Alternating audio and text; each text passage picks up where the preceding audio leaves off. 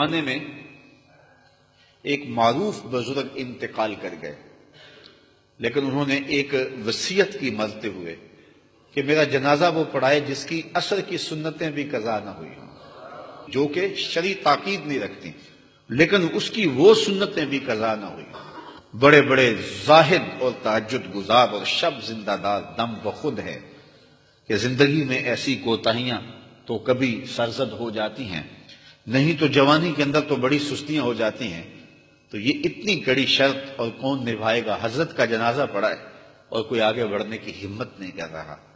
جب جنازے کو دیر ہونے لگی اور لوگوں میں چیخ مگوئیاں زیادہ شروع ہوئی تو سلطان شمس الدین التمش جو وقت کا حکمران ہے، آنکھوں میں آنسو ہے تو آگے بڑھا اور مصلی پہ کھڑا ہو کے کہنے لگا مرنے والا مر گیا، ہمیں بے نقاب کر کے۔ یہ تھے حکمران، اور پھر ان کا جو روپ تھا دشمنوں پر اور ان کی جو قوت تھی دشمنوں پر، یہ ان کے کردار کی چمک تھی۔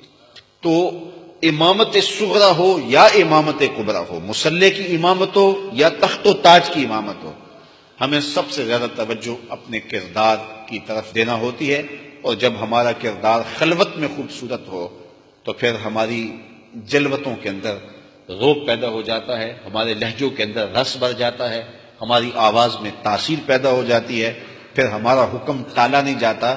یا پھر حکم انسان کیا ٹالے گا، پھر تو زمین بھی حکم نہیں ٹالتی، پھر تو پہاڑ بھی راستہ دے دیتے ہیں۔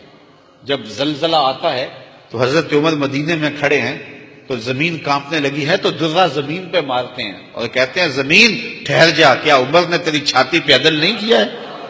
تو زمین ٹھہر جاتی ہے۔ وہ کردار کی چمک تھی۔ اور ایک لونڈی رو رہی ہے مدینے کی گلی میں، حضرت عمر گزرتے ہیں تو پوچھا کہ تم کیوں رو رہی ہو؟ اس نے کہا کہ ٹھوکر لگی اور جو میں تیل لے کے آ رہی تھی وہ بہہ گیا اور زمین میں جذب ہو گیا۔ اب میری مالکہ بڑی سخت گیر ہے، تو جب اسے یہ پتا چلے گا تو وہ میرے پر بہت زجر و توبیخ کرے گی، میں ڈرتی ہوئی گھر جانے سے گھبرا رہی ہوں۔ تو حضرت عمر نے درہ زمین پہ مارا اور زمین کو کہا زمین کیا عمر نے تیرے پہ عدل نہیں کیا اور تو میرے ہوتے ہوئے ایک لونڈی کا تیل جذب کر جائے؟ تو زمین نے فوراً تیل اگل دیا، کہا اس کو اپنے برتن میں ڈال لو۔